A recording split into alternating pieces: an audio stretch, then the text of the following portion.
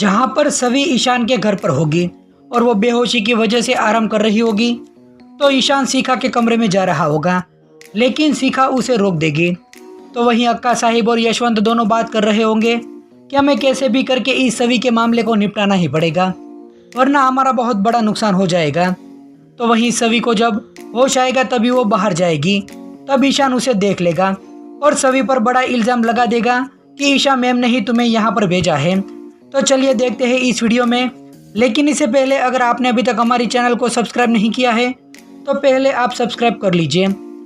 जहाँ पर दिखाया जाएगा कि सभी ईशान के घर पर आराम कर रही होगी। तभी ईशान शिखा के कमरे की ओर जा रहा होगा, लेकिन शिखा उसे रोक देगी। दूसरी तरफ दिखाया जाएगा कि यशवंत सुरेखा के साथ बात कर रहा होगा और उसे कह रहा होगा कि आयुष का पापा हमारा बहुत बड़ा इन्वेस्टर है। अगर आयुष पर छेड़खानी का थप्पा लग गया तो हमारा बहुत बड़ा नुकसान हो जाएगा। इसलिए सुरेखा तुम कुछ भी करो, जब तक मैं वहां पर नहीं आ जाता तब तक तुम उस सभी को संभालो और ईशान को इस केस की जड़ तक पहुंचने मत देना, क्योंकि सभी ने हमारे कॉलेज के बहुत बड़े इन्वेस्टर के बेटे पर बड़ा इल्ज़ाम लगा दिया है। इसलिए मामले आगे नहीं बढ़ना चाहिए। तो वहीं दूसरी तरफ दिखाया जाएगा कि सभी को जब होश आएगा तभी वहां पर देखेगी, लेकिन कोई भी आसपास नहीं होगा। और इतना बड़ा घर देखकर सभी बाहर जाएगी तभी ईशान बाहर ही होगा और सभी को देखकर चौंक जाएगा और कहेगा कि तुम हमारे घर में कैसे आ गई? मुझे तुम्हारी हर एक चाल के बारे में पता चल गया है, तुम यहाँ पर आखिर क्यों आई? तभी दिखाया जाएगा कि बाकी घर वाले भी वहाँ पर आ जाते हैं। तो वहीं अन्वी दुर्वा को कह रही होगी कि लड़की यहाँ पर आ गई, लगता है इसे हमारे बारे में सच सच पता चल गया है। लेकिन अक्का साहिब कहेगी कि ये लड़की यहाँ पर आई नहीं है, बल्कि उसे यहाँ पर लाई गई है, क्योंकि अस्मिता और शिखा दोनों मंदिर गए थे तब इस लड़के के साथ एक्सीडेंट हो गया था और वो बेहोश हो गई थी, इसलिए यहाँ पर लेकर आना पड़ा। लेकिन ईशान सभी पर इल्ज़ाम लगाने लगेगा और कहेगा कि आप इस लड़की को नहीं जानते हैं, ये जानबूझकर चाची की गाड़ी के नीचे आ गई होगी ताकि वो हमारे घर तक आ पहुँचे। और अक्का साहिब आप बिल्कुल ठीक कह रहे थे कि ये लड़की को यहाँ पर किसने भेजा है। वो कहकर ईशा मैम के बारे में भी बात वहाँ पर निकल ही जाएगी। तभी सभी ईशान को कह देगी कि आपको ईशा मैम के खिलाफ एक भी शब्द बोलने की ज़रूरत नहीं है।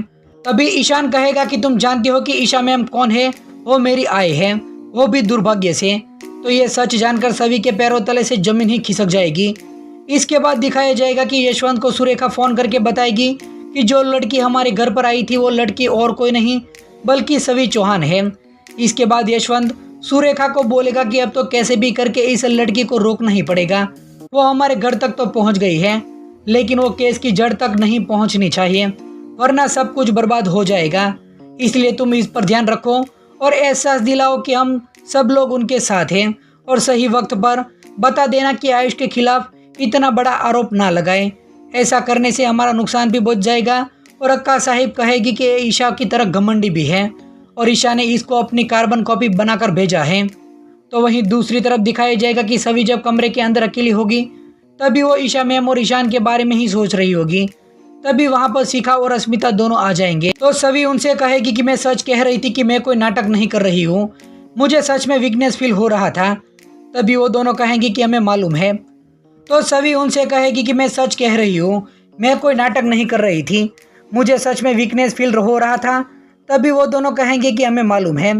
बाद में सभी कहेगी कि मुझे समझ में नहीं आ रहा है कि ईशा भोसले और ईशान भोसले का माँ बेटे का रिश्ता भी हो सकता है। और आगे कहेगी कि ईशान ईशा मैम से इतनी नफरत क्यों करता है। तो अस्मिता ईशा और ईशान की कहानी सभी को बताएगी और कहेगी कि ईशा इसलिए दूर चली गई क्योंकि इस घर में औरतों का काम करना मना है और ईशा नौकरी करना चाहती थी। तभी सभी को अपनी बड़ी अजी की याद आने लगेगी।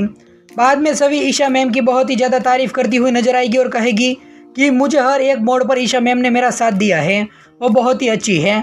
लेकिन ईशान उसका बेटा होने के बावजूद भी इतनी नफरत क्यों करता है और मैं ये नहीं समझ पा रही हूँ कि वो दूसरे बच्चे को इतनी ममता देती है तो अपने बच्चे को क्यों छोड़ गई। वहीं आने वाले एपिसोड में दिखाया जाएगा कि ईशान आधी रात को सभी के कमरे में आएगा।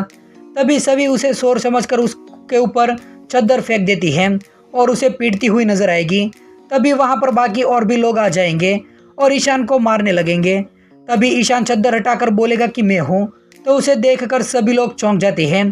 तो दोस्तों, आप सीरियल के आने वाले एपिसोड को देखने के लिए कितनी ज़्यादा एक्साइटेड हैं, आप हमें कमेंट करके ज़रूर बताइए।